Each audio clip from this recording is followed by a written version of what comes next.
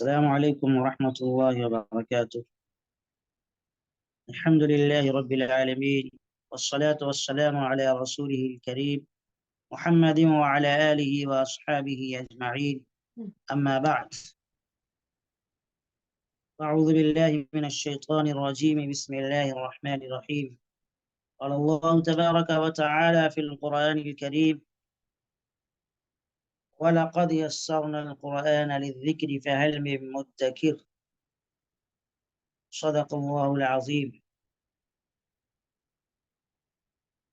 بزرگان محترم اور آج کے اس مبارک درس میں شریک ہونے والے معزز احباب،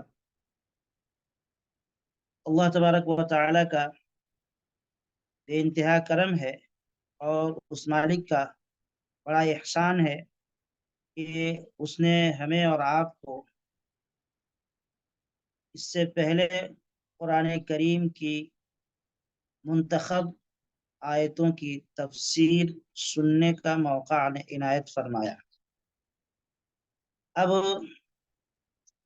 باضابطہ قرآن کریم کی ترتیب وار اور بالترتیب تفسیر ہوگی انشاءاللہ، اسی کا آج پہلا دن ہے۔ عزیزان گرامی، قرآن کریم چونکہ سرکار دو جہاں سرور کونین صلی اللہ علیہ وسلم پر وحی کے ذریعے نازل کیا گیا تھا، اسی لیے بہتر معلوم ہوتا ہے کہ ہمیں وحی کے بارے میں چند ضروری باتیں سمجھ لینی چاہیے۔ پہلی بات یہ ہے کہ وحی کی ضرورت کیوں پیش آتی ہے، وحی کی ضرورت کیوں پیش آتی ہے۔ عزیزان گرامی، ہر مسلمان اس بات کو اچھی طرح جانتا ہے کہ اللہ تعالیٰ نے انسان کو اس دنیا میں آزمائش کے لیے بھیجا ہے۔ قرآن کریم کی کئی آیتوں میں اللہ نے اس کی صراحت فرمائی ہے کہ انسان کی زندگی اور موت حیات یہ آزمائش ہے۔ اب اللہ نے انسان کے ذمے چند فرائض عائد کیے ہیں، اور ان فرائض کی بنیاد پر اللہ نے پوری کائنات کو اور کائنات کی ایک ایک چیز کو، ایک ایک مخلوق کو انسان کی خدمت میں لگا دیا۔ انسان کے اوپر چند ذمہ داریاں اللہ نے عائد کی ہیں، اور پھر کائنات کو اور کائنات کی تمام چیزوں کو انسان کی خدمت میں اللہ نے لگایا۔ لہذا اس دنیا میں آنے کے بعد انسان کے لیے دو کاموں کا کرنا ضروری ہو جاتا ہے۔ ایک تو یہ ہے کہ وہ کائنات کی اور کائنات میں پیدا کی ہوئی تمام چیزوں کو صحیح استعمال کرے، کیونکہ کائنات کو اور اس کی چیزوں کو اللہ نے انسان کے لیے بنایا ہے، تو ظاہر سی بات انسان استعمال کرے گا، تو ابھی صحیح استعمال کرے تو اس کا فائدہ ہوگا۔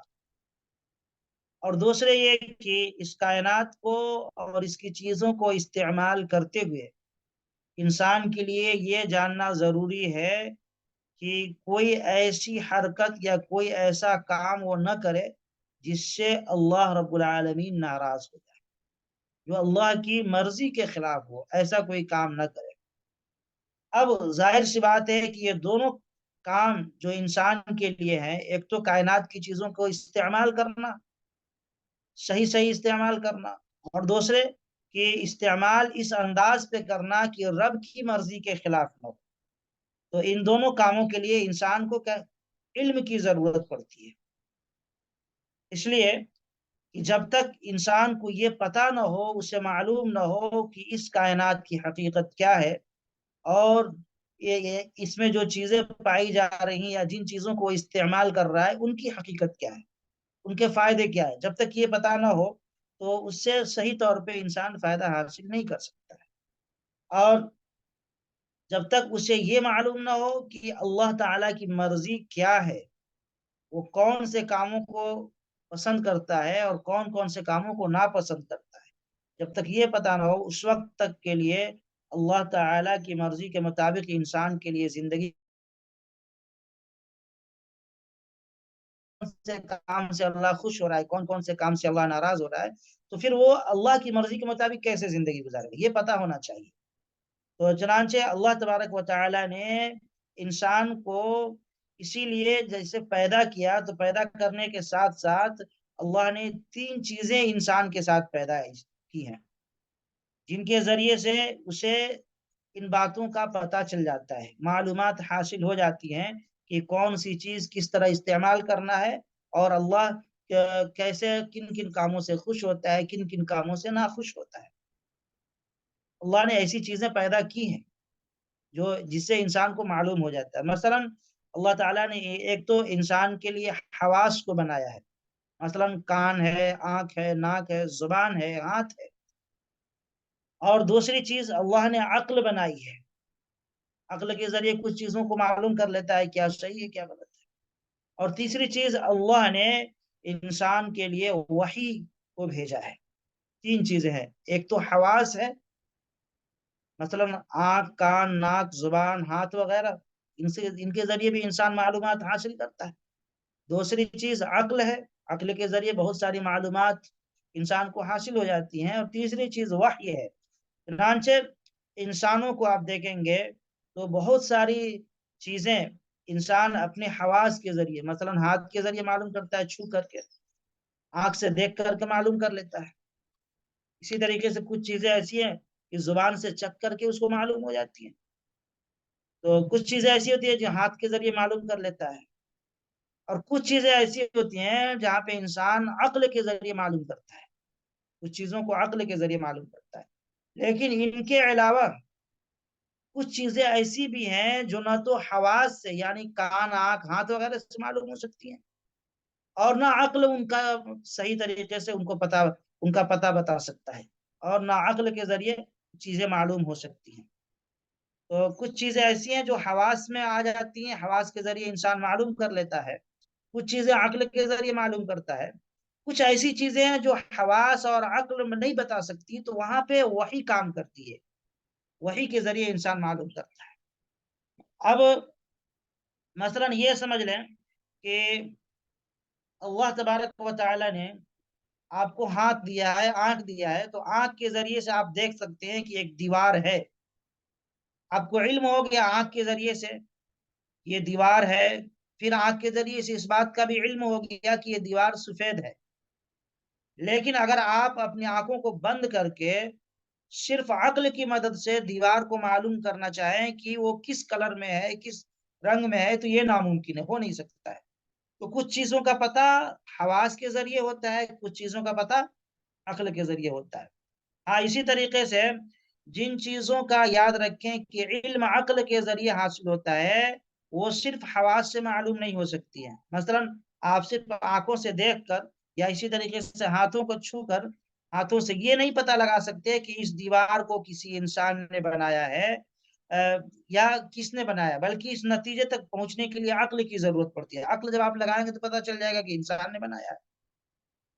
اس الغرض عزیزان گرامی، کچھ چیزوں کا پتہ حواس کے ذریعے ہوتا ہے، کچھ چیزوں کا پتہ عقل کے ذریعے ہوتا ہے۔ اچھا، آپ نے حواس کے ذریعے دیوار کو معلوم کر لیا، عقل کے ذریعے معلوم کر لیا کہ دیوار کو کسی انسان نے بنایا ہوگا۔ اچھا، اب تیسری چیز رہ جاتی ہے یہ معلوم کرنا کہ اس دیوار کو کیسے ہم استعمال کریں گے، کون سا استعمال اس کے لیے جائز ہے، کون سا استعمال ناجائز ہے۔ اس دیوار کو ہم کیسے استعمال کریں گے کہ وہ ہمارے رب کے مرضی کے مطابق ہو، اور کیسے استعمال وہ رب کے مرضی کے مطابق نہ ہو۔ اب یہ عقل نہیں بتائے گا، اس کا پتہ آپ کو عقل کے ذریعے نہیں چلے گا۔ ہاں، اس کا پتہ وحی کے ذریعے ہوگا، جو کہ اللہ تبارک و تعالی اپنے خاص بندوں پر نازل فرماتے ہیں۔ تو بہرحال عزیزان گرامی، یہ جس طریقے سے حواس، آنکھ، کان، ناک وغیرہ ہمارے لیے ضروری ہے اور عقل ہمارے لیے ضروری ہے، ایسی ہمارے لیے وحی کا ہونا بھی ضروری ہے، وحی کا ہونا بھی ضروری ہے، کیونکہ کچھ چیزیں حواس کے ذریعے آپ معلوم کر سکتے ہیں، کچھ چیزوں کا پتہ عقل سے لگ جاتا ہے، لیکن کچھ چیزیں ایسی ہوتی ہیں کہ وہ عقل نہیں بتا سکتی۔ ایک مثال اور آپ کو دے دیتا ہوں۔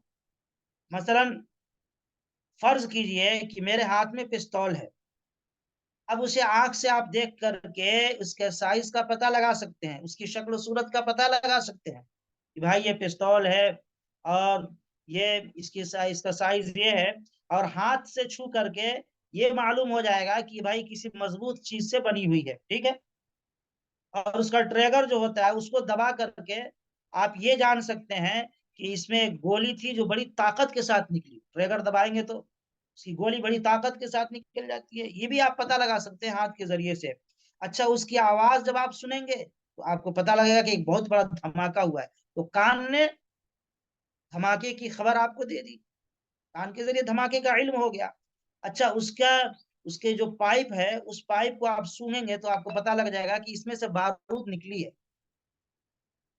بہرحال یہ ساری اطلاعات اور یہ ساری معلومات کس سے معلوم ہو رہی ہیں، کس سے پتہ چل رہی ہے؟ حواس کے ذریعے، یعنی کان، آنکھ، ہاتھ، ناک وغیرہ کے ذریعے۔ اچھا، یہ پتہ چل جا رہا ہے۔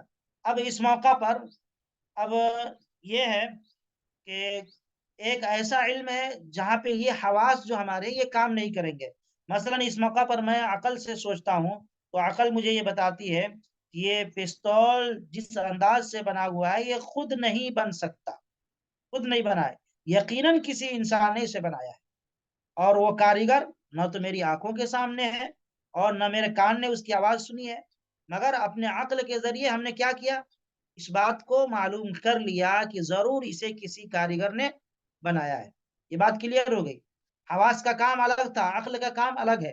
اچھا، اب ایک سوال اور پیدا ہوتا ہے کہ اس ہتھیار کا، اس پستول کا استعمال کون سے کام میں جائز ہے اور کون سے کام میں ناجائز ہے، کہاں جائز ہے اور کہاں ناجائز ہے، یہ ایک سوال رہ جاتا ہے۔ آپ نے پتہ لگا لیا حواس کے ذریعے کہ یہ پستول بہت مضبوط لوہے کا بنا ہوا ہے، اس میں گولی ہے وہ نکلی ہے، اس کی آواز کا بھی آپ نے کان کے ذریعے پتہ لگا لیا، عقل کے ذریعے آپ نے پتہ لگایا کہ اس کو کسی انسان نے بنایا ہے۔ لیکن اب تیسرا سوال پیدا ہوتا ہے کہ بھائی اس کو کہاں استعمال کریں گے، کون سا اس کا استعمال جائز ہوگا اور کہاں ناجائز ہوگا؟ تو ظاہر سی بات ہے اس سوال کے جواب میں آپ کی عقل آپ کی مدد کچھ حد تک کر سکتی ہے، لیکن مکمل عقل مدد نہیں کرے گی۔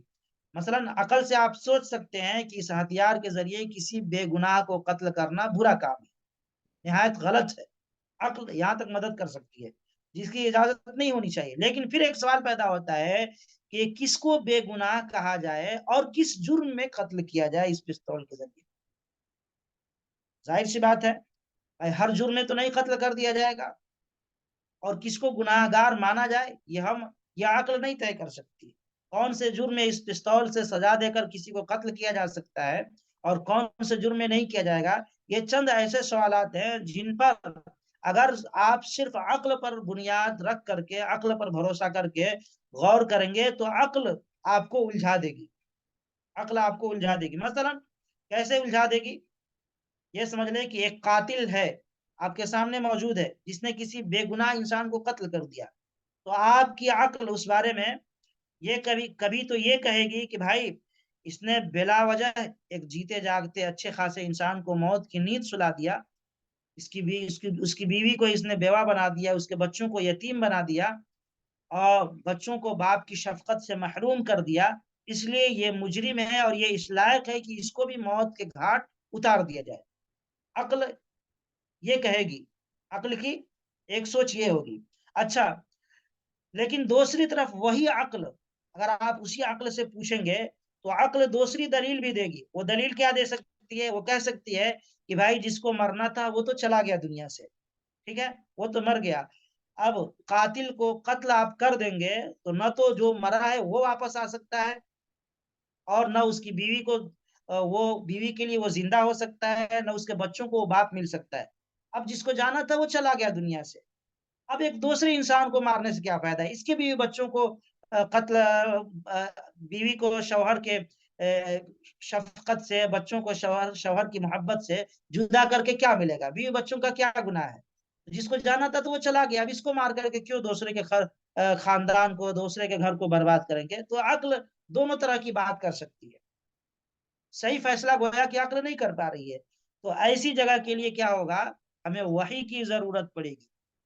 یہی وہ موقع ہے جہاں میرے حواس نے بھی کام نہیں کیا، جہاں عقل نے بھی میری رہنمائی نہیں کی. اس موقع پر اب اللہ تعالیٰ کی ہدایت ہمیں چاہیے، اور وہ ہدایت وحی کی شکل میں انسانیت کو اللہ کی طرف سے دی جاتی ہے. یہی اسی لیے میں نے کہا کہ وحی کی ضرورت کیوں پیش آتی ہے. آپ سمجھ گئے ہوں گے وحی کی ضرورت کیوں پیش آتی ہے. میں نے مختصراً اس کی وضاحت کر دی ہے.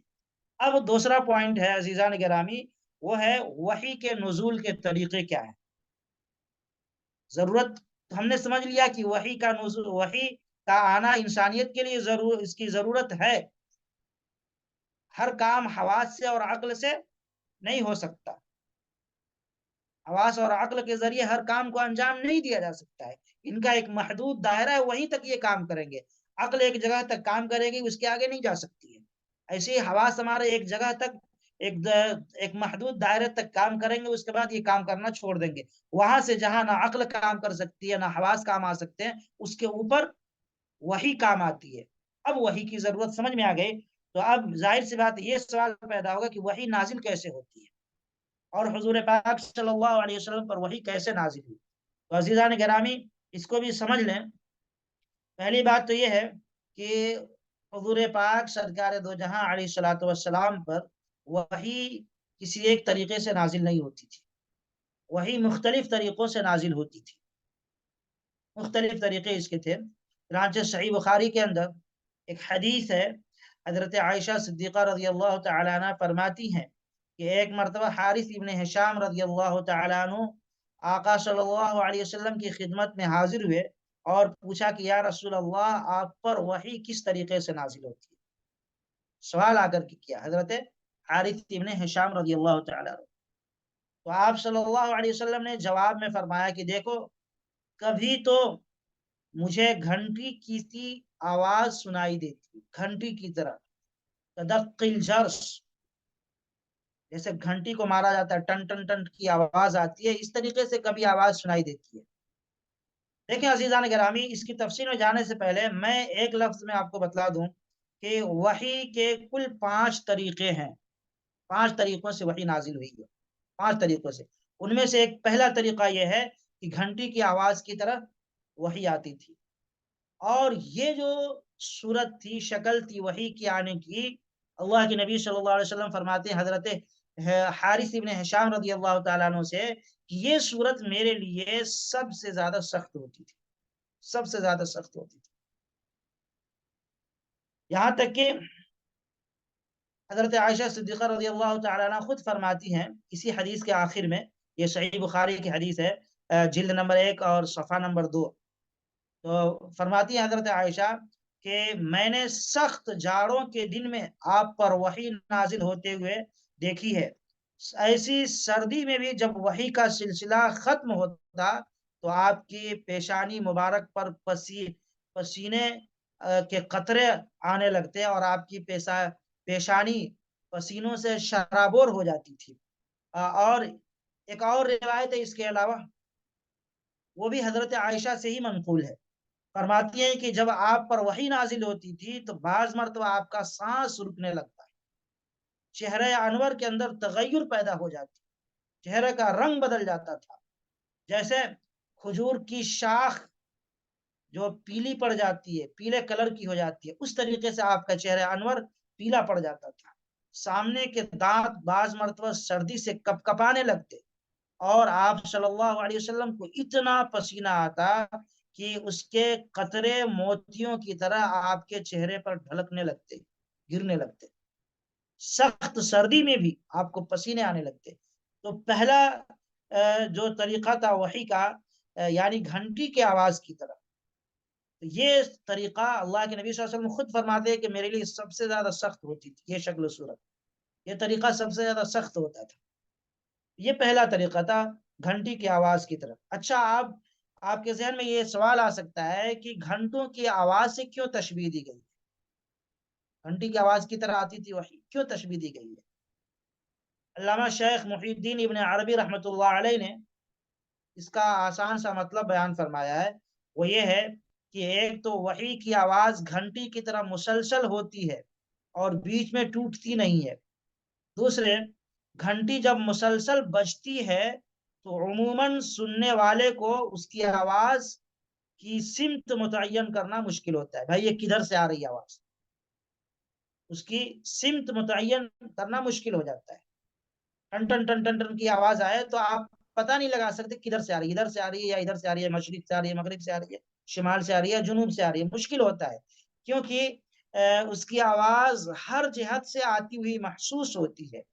علامہ محی الدین ابن عربی فرماتے ہیں، اور ایک بہت نقطے کی بات آگے فرماتے ہیں، کہتے ہیں کہ کلام الہی کی بھی یہ خصوصیت ہے کہ اس کی کوئی ایک سمت نہیں ہوتی بلکہ ہر جہت سے آواز سنائی دیتی ہے. اس کی کیفیت کا صحیح ادراک تو بغیر مشاہدے کے ممکن نہیں.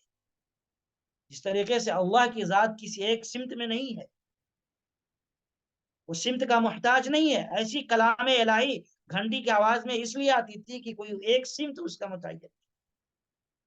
بہرحال وحی کی یہ جو کیفیت ہوتی تھی اور یہ جو شکل و صورت ہوتی تھی وہ سب سے زیادہ مشکل ہوتی تھی. اچھا، وحی کی دوسری صورت کیا ہوتی تھی؟ تو خود جو علوم القرآن کی جو کتابیں ہیں یا اسی طریقے سے حدیث کے مطالعے سے پتہ چلتا ہے کہ وحی کی دوسری شکل یہ ہوتی تھی کہ فرشتہ کسی انسانی شکل میں آپ صلی اللہ علیہ وسلم کے پاس آ کر کے اللہ کے پیغام کو پہنچا دیتا کسی انسانی شکل میں. اور عموماً ایسے مواقع پر حضرت جبرائیل علیہ السلام جب کسی انسان کی شکل میں آتے تھے تو ایک مشہور صحابی رسول ہیں حضرت دحیہ کلبی رضی اللہ تعالی عنہ، ان کی شکل و صورت میں تشریف لاتے تھے. عموماً ایسا ہوتا تھا، اکثر و بیشتر. البتہ بعض اوقات کسی دوسری صورت میں بھی تشریف لائے ہیں، کسی دوسری انسان کی شکل و صورت میں بھی تشریف لائے ہیں. بہرکیف جب حضرت جبرائیل علیہ السلام انسانی شکل میں وحی لے کر آتے تو وحی کے نزول کی یہ جو صورت ہوتی تھی وہ حضور پاک صلی اللہ علیہ وسلم کے لیے سب سے زیادہ آسان ہوتی تھی. سب سے زیادہ آسان. سب سے مشکل وہ صورت ہوتی تھی جو گھنٹی کی آواز کی طرح جب آتی تھی، وہ سب سے مشکل صورت ہوتی تھی. سب سے آسان یہ ہوتی تھی صورت کہ آپ کسی انسان کی شکل میں آتے تھے. اچھا، وحی کی ایک تیسری شکل و صورت یہ ہوتی تھی کہ حضرت جبرائیل علیہ السلام کسی انسان کی شکل اختیار کیے بغیر اپنی اصل شکل و صورت میں دکھائی دیتے تھے، اپنی اصل شکل و صورت میں. اور ایسا پوری عمر میں آقا صلی اللہ علیہ وسلم کی پوری زندگی میں صرف 3 مرتبہ ہوا ہے جب حضرت جبرائیل اپنی اصل شکل میں آئے ہوں وحی لے کر. صرف 3 مرتبہ ہوا ہے. ایک مرتبہ اس وقت ہوا جب آپ صلی اللہ علیہ وسلم نے خود حضرت جبرائیل سے خواہش ظاہر کی کہ آپ اپنی اصل شکل و صورت ظاہر فرما دیں. آپ صلی اللہ علیہ وسلم نے خود خواہش ظاہر کی دیکھنے کی حضرت جبرائیل کو ان کی اصل شکل و صورت میں. تو اس وقت ایک مرتبہ ہوا تھا. دوسری مرتبہ معراج کے موقع پہ ہوا تھا. اللہ کے نبی صلی اللہ علیہ وسلم نے اس موقع پہ حضرت جبرائیل کو اصلی شکل میں دیکھا تھا. تیسری مرتبہ نبوت کے بالکل ابتدائی زمانے میں جب آقا صلی اللہ علیہ وسلم مکہ مکرمہ میں تھے مقام اجیاد پر، تو اس وقت یہ واقعہ پیش آیا تھا کہ آپ نے حضرت جبرائیل کو ان کی اصل شکل و صورت میں دیکھا تھا. البتہ یہ جو آخری واقعہ ہے مقام اجیاد والا، تو اس سلسلے میں محدثین کہتے ہیں کہ سند کے اعتبار سے یہ کمزور ہے یہ واقعہ اور مشکوک ہے. بہرحال اگر سند کی کمزوری پر ہم نہ جائیں تو عمومی طور پہ مفسرین نے لکھا ہے کہ 3 مرتبہ آپ صلی اللہ علیہ وسلم نے حضرت جبرائیل کو ان کی اصل شکل و صورت میں دیکھا اور حضرت جبرائیل 3 مرتبہ اپنی اصلی شکل میں وحی لے کر آئے ہیں. یہ تیسری شکل تھی وحی کی نزول کی. چوتھی صورت عزیزان گرامی یہ ہے کہ براہ راست اور بلا واسطہ اللہ تبارک و تعالی سے آپ صلی اللہ علیہ وسلم کو ہم کلامی کا شرف حاصل ہوا. براہ راست خود اللہ سے ڈائریکٹ آپ کی بات چیت ہوئی، گفتگو ہوئی. یہ شرف حضور پاک صلی اللہ علیہ وسلم کو بیداری کی حالت میں صرف ایک بار ہوا ہے، معراج کے موقع پہ. آپ جانتے ہیں صرف ایک بار ہوا ہے. اور البتہ ایک مرتبہ خواب میں بھی اللہ تبارک و تعالی سے آپ کو ہم کلامی کا شرف حاصل ہوا، خواب میں، بیداری میں ایک مرتبہ اور حالت خواب میں ایک مرتبہ۔ یہ چوتھی شکل و صورت تھی وحی کے نزول کی۔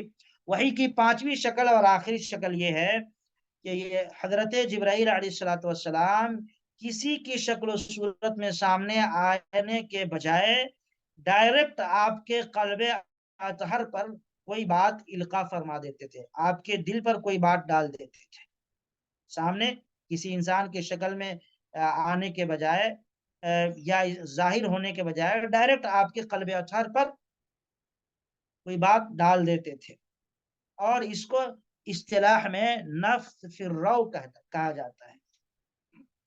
بہرحال عزیزان گرامی، یہ وحی کے نزول کے اور قرآن کریم کے نزول اور اسی طریقے سے وحی کی ضرورت کیوں پیش آتی ہے، اس سلسلے میں یہ چند باتیں تھی۔ اب اخیر میں 2-4 منٹ میں قرآن کریم کے نزول کی تاریخ بھی بتلاتا چلوں۔ عزیزان گرامی، اس پر تمام محدثین اور علماء کا اتفاق ہے کہ قرآن کریم کا تدریجی نزول جو حضور پاک صلی اللہ علیہ وسلم کے قلب مبارک پر ہوا، اس کا آغاز اس وقت ہوا جبکہ آپ کی عمر مبارک 40 سال کی تھی۔ اس کا آغاز اس وقت ہوا، اس کی ابتدا اس وقت ہوئی۔ اس نزول کی ابتدا صحیح قول کے مطابق لیلۃ القدر میں ہوئی، لیکن یہ لیلۃ القدر رمضان کی کون سی تاریخ میں تھی، اس بارے میں کوئی یقینی بات نہیں کہی جا سکتی ہے۔ ہاں، بعض روایات سے پتہ چلتا ہے کہ رمضان کی 17ویں تاریخ تھی، اور بعض روایتوں سے پتہ چلتا ہے کہ 29ویں تاریخ تھی، بعض سے پتہ چلتا ہے کہ 27ویں رمضان کی شب تھی۔ یہ اللہ کے نبی صلی اللہ علیہ وسلم پر وحی کا نزول اور قرآن کریم کا نزول 40 سال کی عمر سے شروع ہوا، اور کس تاریخ میں شروع ہوا؟ لیلۃ القدر میں شروع ہوا، لیکن رمضان کی کون سی تاریخ تھی، اس سلسلے میں نے 3 اقوال بتائے ہیں آپ کو۔ ایک تو 17ویں ہے، ایک 19ویں ہے، اور ایک اسی طریقے سے 27ویں شب ہے۔ 29ویں نہیں بلکہ 19ویں، میں نے غلطی سے 29ویں شب کہہ دیا تھا، 19ویں رات ہے۔ بہرحال اس سلسلے میں البتہ کوئی یقینی بات نہیں ہے، لیکن رمضان میں لیلۃ القدر چونکہ واقع ہوتی ہے، لیلۃ القدر میں قرآن کریم کا نزول شروع ہوا۔ اور یہ سوال رہ جاتا ہے کہ سب سے پہلے کون سی آیت نازل ہوئی؟ یہ آپ اچھی طرح جانتے ہیں کہ سب سے پہلے جو آیت اتری تھی وہ سورہ علق کی ابتدائی آیات ہیں، چنانچہ صحیح بخاری سے بھی اس کا ثبوت موجود ہے، اور اس کی تفصیل آپ سن چکے ہیں سورہ علق کی تفسیر کے اندر۔ اب ایک تیسرا سوال یہ رہ جاتا ہے کہ مکی اور مدنی آیتیں کیا کیا ہوتی ہیں، کیوں ان کا کچھ آیتوں اور کچھ صورتوں کا نام مکی اور کچھ صورتوں کا نام مدنی ہوتا ہے، تو یہ کون کون سی صورتیں مکی کہلاتی ہیں اور مدنی کون کون سی صورتیں کہلاتی ہیں؟ تو عزیزان گرامی، اس سلسلے میں یہ تفصیل ذہن میں رکھیں کہ بہت سارے لوگوں کے ذہن میں یہ بات ہوتی ہے کہ جو سورہ مکے میں نازل ہوئی وہ مکی ہے، جو سورہ مدینے میں نازل ہوئی وہ مدنی ہے۔ بہت سارے لوگوں کے ذہن میں یہی بات ہوتی ہے، لیکن یہ صحیح نہیں ہے، بلکہ مفسرین کی اصطلاح میں مکی آیت کا مطلب یہ ہوتا ہے کہ وہ آیتیں جو آپ صلی اللہ علیہ وسلم کے مدینہ پہنچنے سے پہلے، ہجرت کی غرض سے جب آپ مدینہ جا رہے تھے، ہجرت کی غرض سے جب مدینہ جا رہے تو مدینہ سے پہنچنے سے پہلے پہلے جو آیتیں نازل ہو گئی وہ آیتیں مکی ہیں، اور ہجرت کے بعد جب آپ مدینہ چلے گئے، مدینہ پہنچ گئے، تو مدینہ کے بعد پہنچنے کے بعد جو آیتیں یا جو صورتیں نازل ہوئی وہ صورتیں مدنی کہلاتی ہیں۔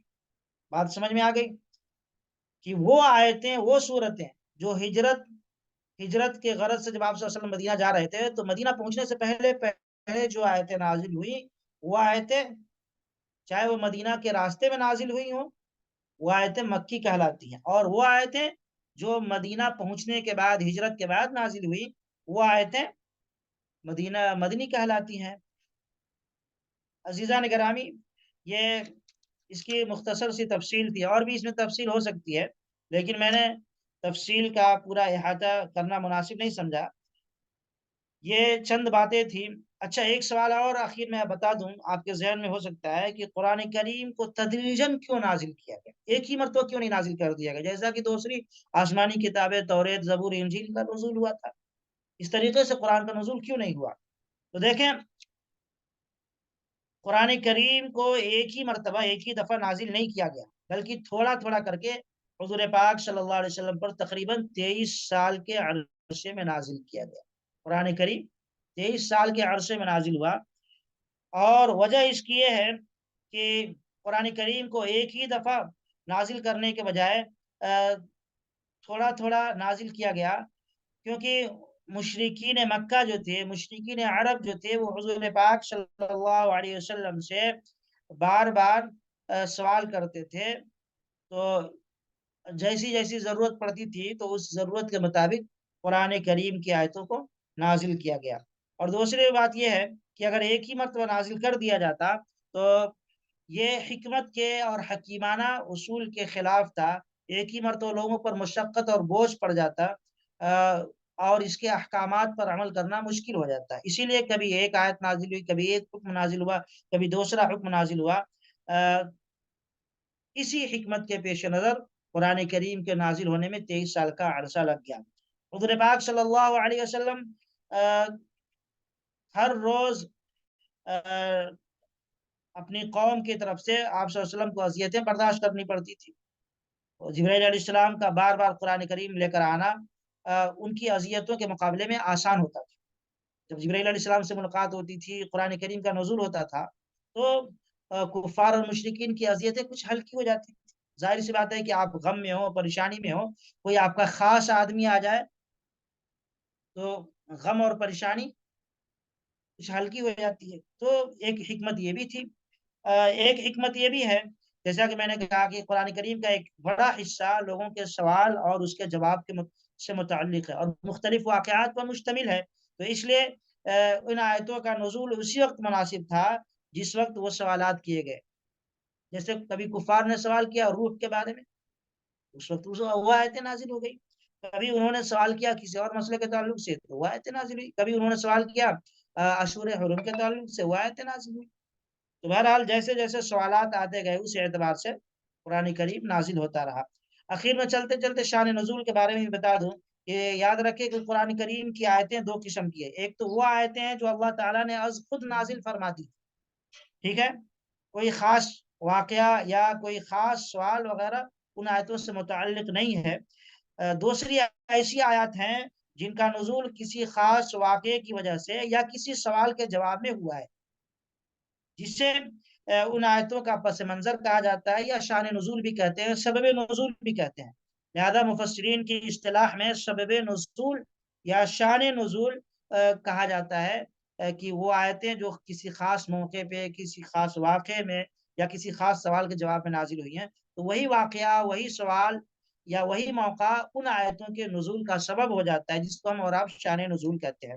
مثلا سورہ بقرہ کی آیت نمبر 221 آپ پڑھیں گے، وَلَا تَنْكِحُوا الْمُشْرِكِينَ حَتَّى يُؤْمِنُوا وَلَأَمَةٌ مُؤْمِنَةٌ خَيْرٌ مِّن مُّشْرِكَةٍ وَلَوْ أَعْجَبَتْكُمْ، کہ مشرک عورتوں سے اس وقت تک نکاح نہ کرو جب تک وہ ایمان نہ لائیں، یقیناً مومن بادی کسی بھی مشرک عورت سے بہتر ہے، خواہ وہ مشرک عورت تمہیں پسند آ رہی ہے۔ یہ آیت ایک خاص واقعے میں نازل ہوئی تھی۔ زمانے جاہلیت میں حضرت مرشد ابن مرشد غنوی رضی اللہ تعالیٰ عنہ کے عناق نامی ایک عورت سے تعلقات تھے زمانے جاہلیت میں۔ اسلام لانے کے بعد یہ مدینہ طیبہ چلے آئے اور وہ عورت مکہ المکرمہ میں رہ گئی۔ ایک مرتبہ حضرت مرشد کسی کام سے مکہ المکرمہ تشریف لے گئے تو وہ عورت انہیں گناہ کی دعوت دی، اس نے گناہ کی دعوت دی۔ حضرت مرشد نے صاف انکار کر دیا اور فرمایا کہ دیکھو میں نے اسلام قبول کر لیا ہے، اور اسلام میرے اور تمہارے درمیان یہ حائل بن چکا ہے، ایک دیوار بن چکا ہے، لیکن اگر تم چاہو تو میں حضور پاک صلی اللہ علیہ وسلم سے اجازت کے بعد تم سے نکاح کر سکتا ہوں۔ چنانچہ وہ مدینہ منورہ تشریف لائے اور آپ صلی اللہ علیہ وسلم نے نکاح کی اجازت چاہی آپ صلی اللہ علیہ وسلم سے، اور اپنی پسندیدگی کا اظہار کیا کہ اللہ کے نبی میں اس عورت کو پسند کرتا ہوں، اس سے نکاح کرنا چاہتا ہوں۔ تو اسی موقع پر یہ آیت نازل ہوئی اور اس نے مشرک عورتوں سے اس آیت کے ذریعے نکاح کی ممانعت کر دی گئی۔ اس آیت نے بالکل منع کر دیا کہ مشرک عورتوں سے نکاح نہیں ہوگا۔ عزیزان گرامی، یہ واقعہ جو ہے، اب یہی واقعہ اس آیت کا شان نزول یا سبب نزول ہے۔ قرآن کریم کی تفسیر میں شان نزول یاد رکھیں کہ بڑی اہمیت ہے۔ بہت سی آیتوں کا مفہوم اس وقت تک آپ صحیح طور پہ نہیں سمجھ سکتے ہیں جب تک کہ شان نزول کا پتہ آپ کو نہ ہو۔ بہت ساری ایسی آیتیں ہیں، اس لیے شان نزول کا یا سبب نزول کا پتہ ہونا تفسیر کے لیے آیتوں کے معانی اور مفہوم تک پہنچنے کے لیے ضروری ہوتا ہے۔ لہذا ہمیں قرآن کریم جب ہم پڑھیں تفسیر کے ساتھ تو شان نزول کو سامنے رکھنا چاہیے۔ بہرحال عزیزان گرامی، یہ چند باتیں تھی قرآن کریم کے تعلق سے، میں نے مناسب سمجھا کہ آپ کے گوش گزار کر دوں، تاکہ آپ کو بھی آپ کے ذہن میں یہ باتیں رہیں اور قرآن کریم کی تفسیر کو سمجھنا آسان ہو سکے۔ اللہ ہمیں اور آپ کو اور سب کو جو باتیں کہی گئی ہیں ان کو ذہن میں رکھنے اور انہی کے مطابق اپنے قرآنی سفر کو طے کرنے کی توفیق نصیب فرمائے۔ کل کے درس میں انشاءاللہ حفاظت قرآن کے تعلق سے کچھ تاریخ بیان کی جائے گی کہ قرآن کریم کی کیسے حفاظت کی گئی، ہم تک قرآن کریم جو پہنچا ہے وہ کس طریقے سے محفوظ ہے، کن کن زمانوں میں اس کی کیسے کیسے خدمت ہوئی ہے، تو اس کی تفصیل انشاءاللہ کل کے درس میں پیش کی جائے گی۔ اس کے بعد پھر آگے انشاءاللہ سورہ فاتحہ سے اصل موضوع پر ہم آ جائیں گے اور وہاں سے اصل تفسیر قرآن کریم کی شروع ہوگی۔